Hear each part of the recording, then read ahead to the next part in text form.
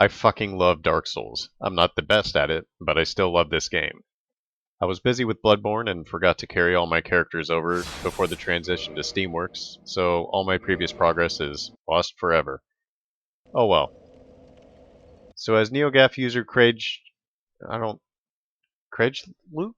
Hey, is the J silent? Is it Craiglock? Crage? So as NeoGAF user Crayluke stated, I missed some crucial settings for analog emulation in my 2D game special. So taking his advice, I found this game a hell of a lot more fun the second time at it with his recommended settings. Joystick camera is our style of input, our stick response curve is set to wide, where other games are set to extra wide, and we have haptics on high for those extra feel-good moments.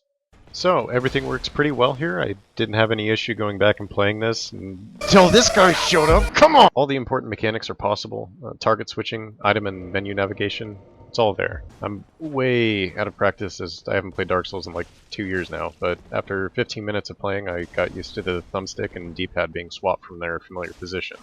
I found the easiest way to control Dark Souls is with quick little taps and drags on the pad, as this allowed me to be more precise with my targeting.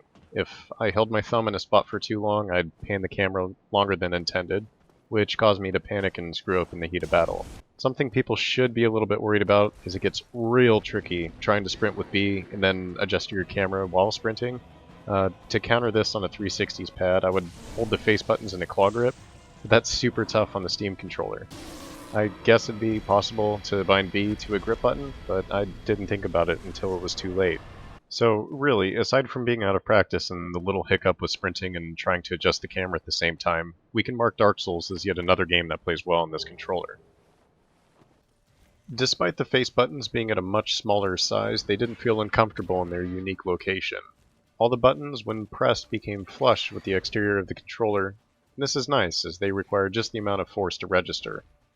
As Witcher's action is comprised of only 2 buttons, we have both X and A bound twice and on the rear grips. This is a default setting, and I've grown accustomed to this being the norm.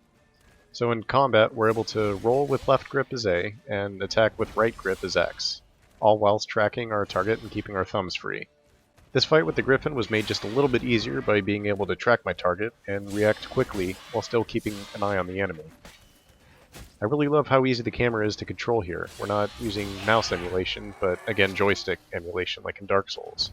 I wanted to touch on this earlier in the video, but the more you move your thumb away from the dead zone, the stronger the vibrations get.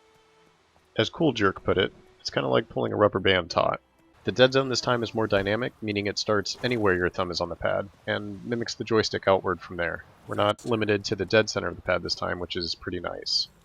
Although I do have to say, I prefer how I had it set up in the Soul Android Cactus. Choosing your spells can be done with either the joystick or the touchpad, but I found the pad to be comparable, if not favorable, to the joystick. So I've been a bit behind schedule with these videos, so unfortunately, this will bring this one to a close. I was running into some major problems with GTA earlier, but I'll do what I can to get it to work. I had also promised an emulator segment, which is still coming, but that may be placed on the back burner. So anyway, thank you for watching. I'll have more videos like this one soon.